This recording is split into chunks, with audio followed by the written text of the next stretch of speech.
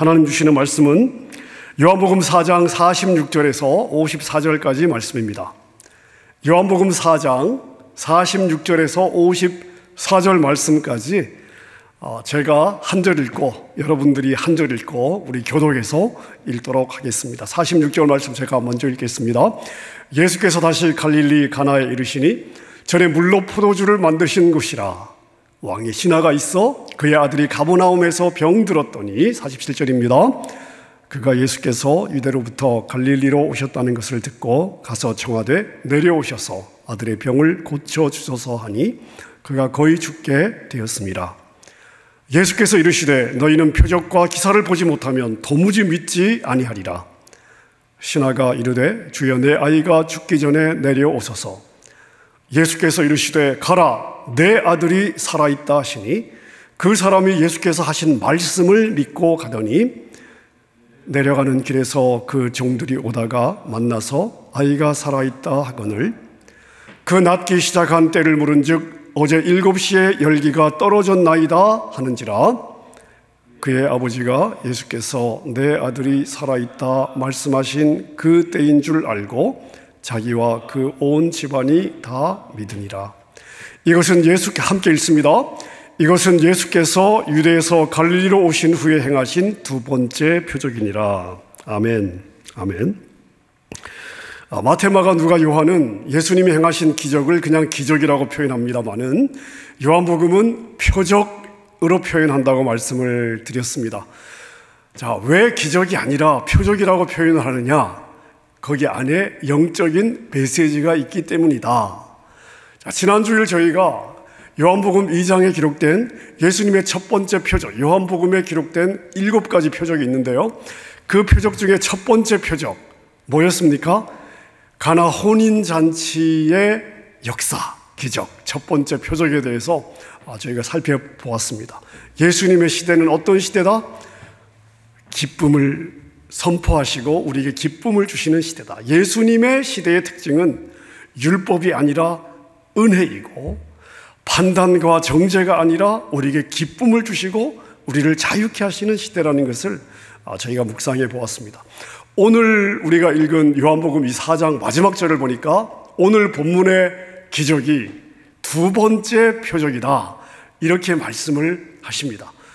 자, 그렇다면 오늘 우리가 읽은 이 기적, 예수님께서 그 왕의 신하의 아들을 고쳐주신 이 기적도 영적인 메시지가 있다 이런 말이겠죠. 자, 결론적으로 어떤 메시지냐? 자, 제가 결론을 말씀을 드리고 오늘 본문을 한번 접근해 보도록 하겠습니다.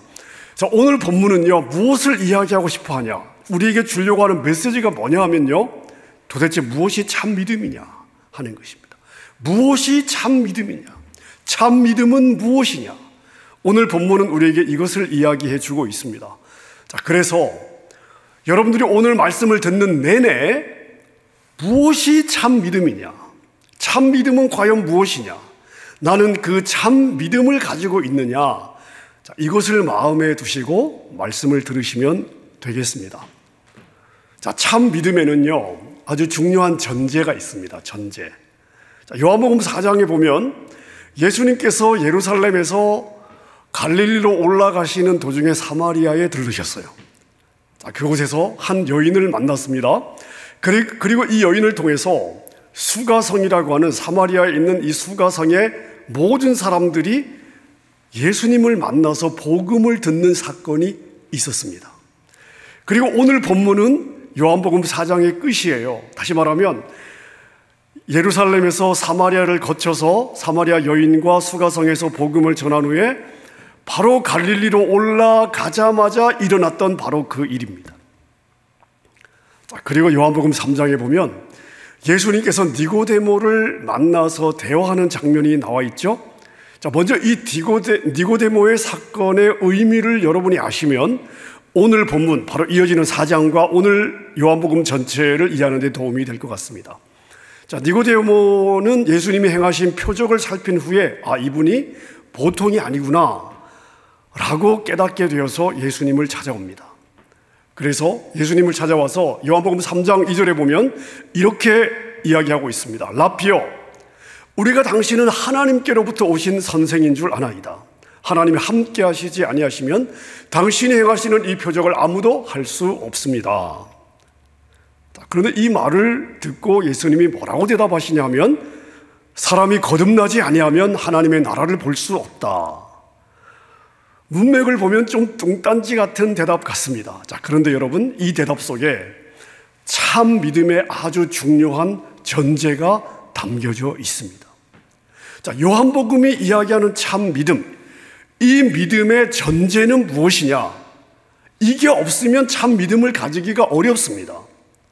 전제예요. 이건 반드시 있어야 되는 거예요. 먼저, 자, 이게 뭐냐 하면 거듭나야 한다는 것입니다. 거듭나지 아니하면 하나님의 나라를 볼 수 없어요. 하나님을 알 수 없습니다. 하나님이 하시는 일을 알 수 없습니다. 하나님이 하시는 일을 이해할 수도 없습니다. 자, 그래서 예수님은 니고데모가 거듭나지 않고 머리로, 자기의 학식으로, 자기의 지식으로, 자기의 상식으로, 자기의 판단으로 이해해서 예수님이 하나님으로부터 온 선생이라고 결론을 내린 것에 대해서 그것은 참 믿음이 아니다 라고 말씀을 하셨던 것입니다. 자, 참 믿음의 전제가 무엇이라고요? 거듭나는 것입니다. 거듭나야 참 믿음을 소유할 수 있습니다. 자, 그럼 참 믿음의 전제가 거듭나는 것이라면 참 믿음의 결과는 무엇일까요? 즉, 우리가 참 믿음을 가질 때 누릴 수 있는 결과는 무엇일까요? 자, 요한복음 10장 10절에 보면 예수님께서 내가 온 것은 양으로 생명을 얻게 하고 더 풍성히 얻게 하려는 것이라 라고 말씀을 하고 있습니다.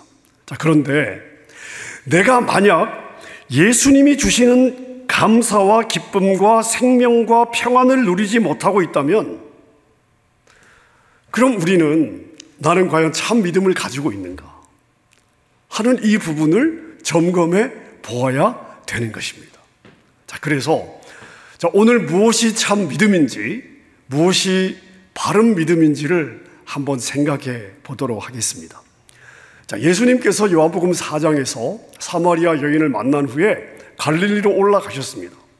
갈릴리로 올라가는 중에 제자들에게 무슨 말씀을 하셨냐면 선지자가 고향에서는 높임을 받지 못한다. 다시 말하면 어린 시절부터 어린 시절부터 너무 잘 아니까 고향에서 선지자가 존경받기 어렵다. 고향으로 올라가면서 예수님이 그런 말씀을 하셨습니다. 그런데 갈릴리가 고향이잖아요. 거기서 태어나진 않으셨지만 쭉 자라지 않으셨습니까? 그런데 그 갈릴리에 도착하자마자 갈릴리 사람들이 예수님을 열렬하게 환영을 했습니다. 열렬하게 영접을 했습니다. 여기서 영접하다라는 말은 극진히 환영하다, 환대하다 그러한 의미인데요. 그만큼 이 갈릴리 사람들이 예수님을 열렬하게 환영했다는 것을 우리가 알 수가 있습니다. 자, 예수님은 고향에 올라가시면서 선지자가 고향에서 환영받기 어렵다고 말씀을 하셨는데 예수님의 예상과 달리 고향 사람들이 예수님을 그렇게 환대한 이유가 무엇일까요? 고향 사람들이 왜 예수님을 열렬하게 환영했을까요? 요한복음 4장 45절에 답이 있습니다. 이는 자기들도 명절에 갔다가 예수께서 명절 중 예루살렘에서 하신 모든 일들을 보았기 때문이다. 예수님께서 예루살렘에서 무슨 일을 하셨습니까? 성전 청결 사건을 일으키셨어요.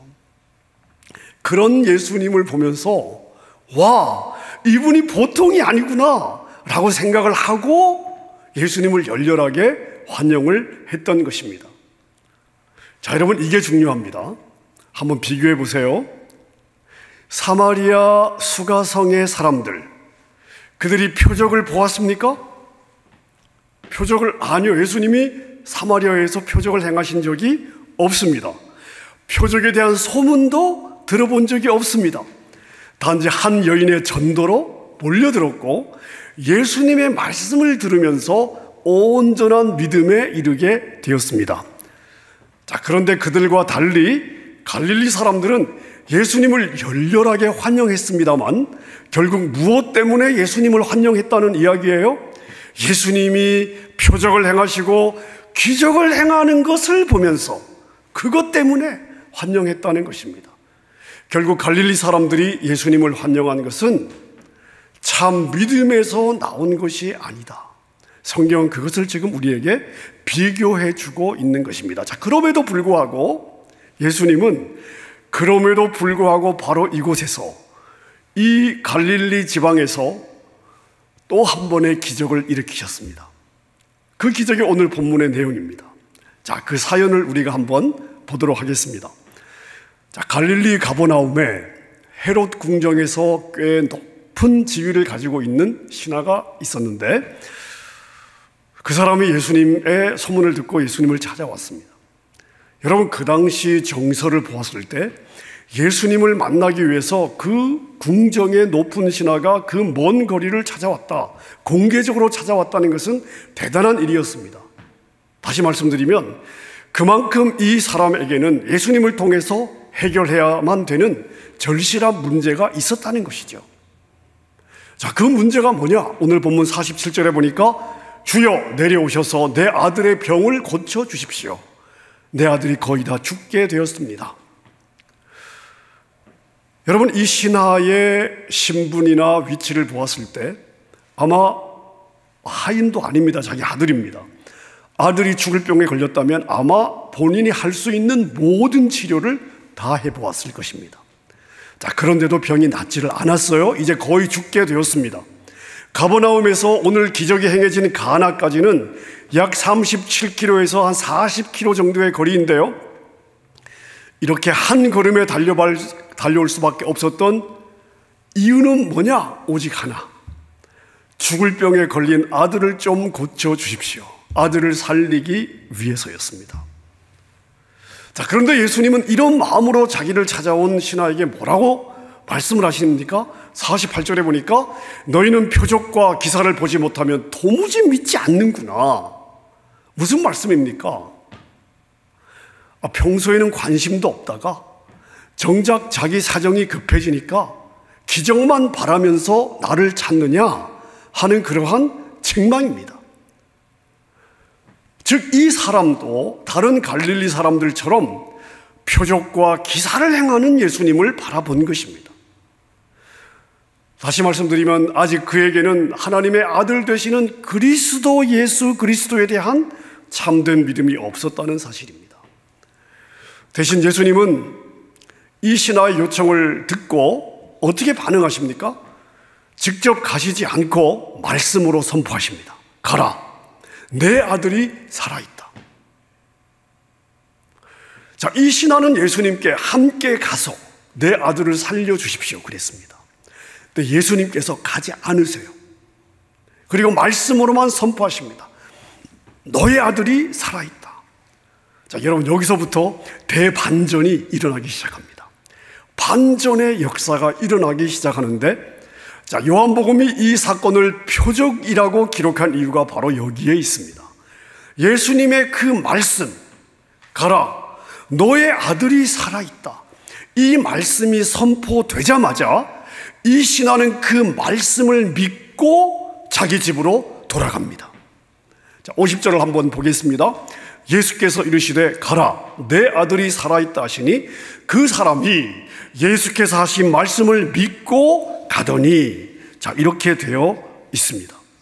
여기서 믿고는 무엇을 믿은 거예요?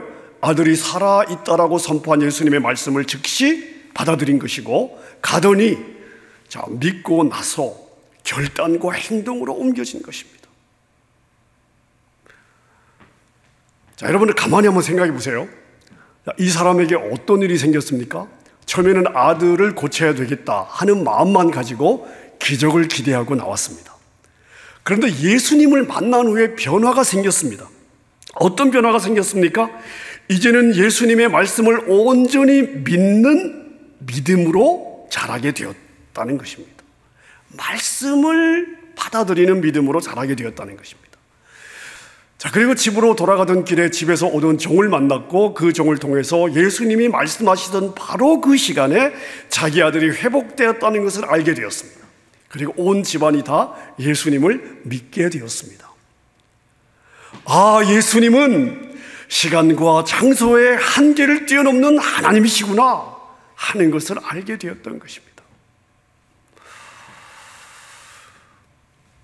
여러분, 아무리 냉정한 사람이라도, 무신론자요, 신이 있다는 걸 믿지 않아요?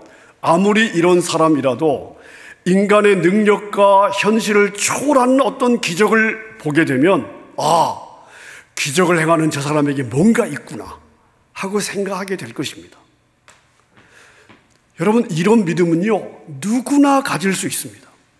그 기적을 보고, 아, 여기 뭔가 있네 라고 믿는 믿음은 누구나 가질 수가 있습니다. 하지만 성경은 그것에 대해서 그것이 참 믿음이라고 이야기하지 않습니다. 그것은 참 믿음이 아니다. 여러분, 참 믿음은 무엇이냐면요, 사람이 예수님께 나올 때 예수님을 누구로 알고 나오느냐. 여러분, 이게 키 포인트입니다. 예수님이 그저 단순히 병을 고치는 분이냐, 세상의 물질과 복을 주시는 분이냐, 집안과 자녀를 잘되게 해주시는 분이냐, 내 마음에 평안을 주고 성공을 보장해 주는 분이냐. 여러분, 예수님을 그냥 이런 분으로 알고 나올 수 있어요. 이런 것을 해 주실 수 있는 분으로 믿고 나올 수도 있습니다. 자, 이런 목적으로 예수님께 나온다면, 그럼 예수님은 그 사람에게 어떤 존재가 되는 것입니까? 그냥 이용하는 대상에 불과한 것입니다. 그래서 예수님은 그런 사람들에게 뭐라고 말씀하시는 겁니까? 너희는 표적과 기사를 보지 못하면 도무지 믿지 않는구나 라고 책망을 하신 것입니다. 그리고 이 말씀은 예수님의 말씀만 듣고 믿었던 사마리아인들과 기적을 요구하고 그것을 경험하면서도 결국 믿지 아니한 유대인들을 비교하신 것입니다. 여러분, 우리가 오늘 보아야 되는 것은 무엇인가 하면 예수님을 만난 이 신하의 변화입니다. 두 가지 변화가 있었습니다. 첫 번째는 무엇이냐? 이 신하에게서 믿음의 발전 과정을 볼 수 있습니다. 믿음이 자라나고 있다는 것을 우리가 보게 됩니다. 이 신하의 첫 번째 모습은 어떠했습니까? 예수님께는 병이 고치는 능력이 있다는 것을 알고 자기 아들의 병을 고쳐달라고 찾아왔습니다. 더군다나 예수님으로부터, 아니 네가 표적과 기사 때문에 날 보러 왔느냐 라는 책망을 들으면서도 싫은 내색을 하지 않고 다 받아들였습니다. 어떻게 보면 참 대단한 믿음의 소유자로 볼 수도 있겠습니다마는, 그러나 예수님은 그의 믿음을 칭찬하지 않으셨습니다. 그러다가 가라, 너의 아들이 살아있다 라고 예수님이 말씀하셨을 때, 이 예수님의 말씀에 아무런 이의나 아무런 의문을 제기하지 않고 그대로 믿습니다. 뭘 믿은 거예요? 예수님의 말씀을 믿은 거예요. 그의 믿음이 자란 것입니다. 처음에는 병든 아들이 나아야 되겠다, 예수님이라면 고칠 수 있다 라고 생각하는 것 자체가 믿음이라고 생각했습니다. 그러다가 하나님이신 예수 그리스도에 대한 참된 믿음이 생긴 것입니다. 다시 말씀드리면, 예수님은 병을 고치는 문제, 내 문제를 풀어주시는 그 이상의 분이시구나. 예수님은 가버나움과 가나라고 하는 이 시간과 공간을 뛰어넘어 능력을 행하시는 하나님이시구나. 예수님을 하나님으로 믿었을 때에 아들이 낳는 응답을 체험하게 된 줄로 믿습니다. 여러분, 우리도요, 우리의 믿음도 이런 방향으로 자라가야 됩니다.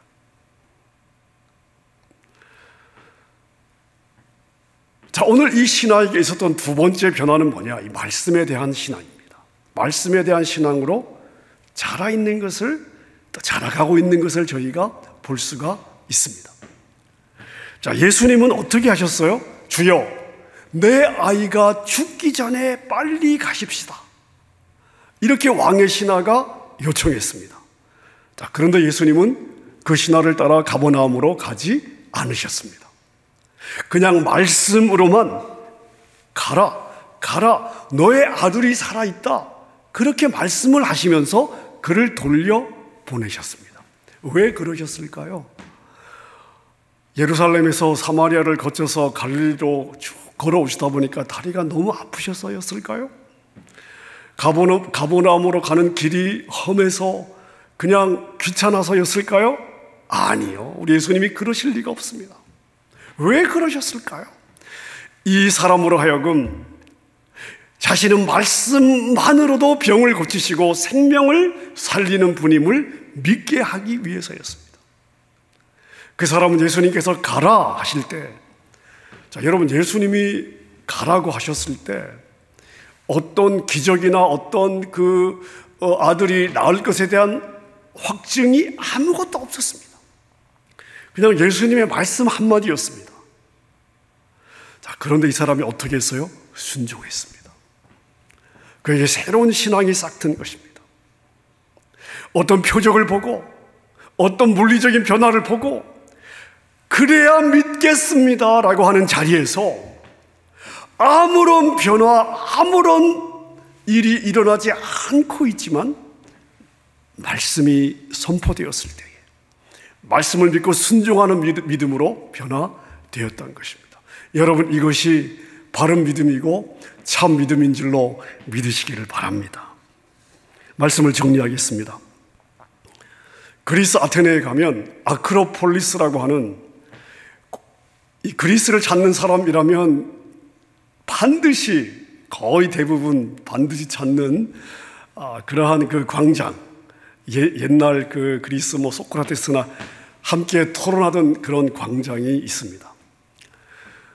세계 여러 나라에서 많은 관광객들이 그 아크로폴리스의 광장, 그 언덕을 찾는데요, 그 언덕을 찾는 사람들이 오면은 공통적으로 하는 게 있는데 뭐냐면 그 언덕에서 아주 오래된 대리석 조각들을 기념품으로 주워갑니다. 대리석 조각들이요. 여러분, 그동안에 수많은 사람들이 그 언덕에 와서 그 대리석 조각들을 주워갔는데 언제 가도 그곳에는 항상 대리석 조각들이 있습니다. 어떻게 이것이 가능할까요? 그 대답은 아주 간단합니다. 아테네 정부가 대리석 조각들이 떨어질 만하면요, 채석장에서 대리석 조각들을 트럭으로 가득 실어와서 아크로폴리스 근처에 막 뿌려 놓습니다. 자, 그러면 관광객들은 어떻게 생각하는 겁니까? 야, 이것이 고대 그 역사의 현장을 지켰던 대리석이구나. 그 대리석 조각들의 일부라고 생각하고 그 고대 역사의 한 부분이라고 믿고 기쁜 마음으로 가져가는 것입니다. 여러분, 그 관광객들이 야, 이 대리석이 그 고대 역사의 일부분이구나라고 믿었습니다. 하지만 그 믿음이 사실입니까? 아닙니다. 여행객들은 대리석을 그렇게 믿었지만 사실은 아닌 것입니다. 여러분, 어쩌면 수많은 성도들이 이 아테네 관광객들과 같은 행동을 하는 것은 아닐까요? 자신은 믿음이라고 생각합니다. 자신은 믿음이라고 주워 담습니다. 근데 사실은 믿음이 아니에요. 그건 믿음이 아니에요. 자기 확신일 뿐입니다. 믿음하고 아무런 상관이 없는 자기 확신일 뿐입니다. 자, 여러분, 그렇다면 진정한 믿음, 참 믿음은 무엇입니까? 여러분, 참 믿음은 예수님이 어떤 분인지를 아는 것으로부터 출발합니다. 다들 나는 예수님을 믿어요. 그런데 그들이 믿는 예수님과 성경이 이야기하고 있는 예수님이 다릅니다. 많은 사람들이 어떤 예수님을 믿습니까? 사업 잘 되게 해주는 예수, 병 고쳐주는 예수, 자녀 대학 붙여주는 예수, 고부간의 갈등을 해결해주는 예수, 주식 대박나게 해주는 예수, 교회 부흥시켜주시는 예수, 사회의 갈등을 해결해주는 예수. 여러분, 어떤 예수님이 진짜 예수님이십니까? 단순히 자기의 문제를 해결해 주시는 예수님, 기적과 능력을 행하는 예수님이 아닙니다. 설사 내 기도가 응답되지 않을지라도, 설사 내 기도가 내가 원하는 그 시간에 응답되지 않고 지연된다 할지라도 그것을 응답으로 믿으며 오직 예수님이 예수님이기 때문에 신뢰하고 순종하는 것. 여러분, 이것이 참 믿음인 줄로 믿으시기를 바랍니다. 사랑하는 여러분, 이제 8월이 시작이 되었습니다. 8월 한 달도 저희가 매일 또 주어지는 하나님의 말씀을 읽을 텐데, 말씀을 읽을 때마다 여러분의 눈이 열려 예수님을 더 많이 볼 수 있기를 바랍니다. 말씀을 들을 때마다 여러분의 귀가 열려 예수님의 음성을 들을 수 있기를 바랍니다. 예수님을 더 깊이 알아가며 예수님이 더 가까이 느껴지고 예수님과 더 깊은 사랑에 빠지는 여러분이 될 수 있기를 바랍니다. 그래서 여러분 마음속에 예수님을 향한 감사와 찬양이 늘 넘치고 예수님이 오시면서 선포한 하늘의 기쁨이 이 땅에 눌리는 상황 가운데서도 여러분의 가슴에 심령 가운데 가득 차고, 스트레스를 받다가도 예수님의 사랑만 생각하면 마음이 회복되는 여러분의 믿음이 이런 믿음으로 자라갈 수 있기를 우리 주님의 이름으로 간절히 축원합니다.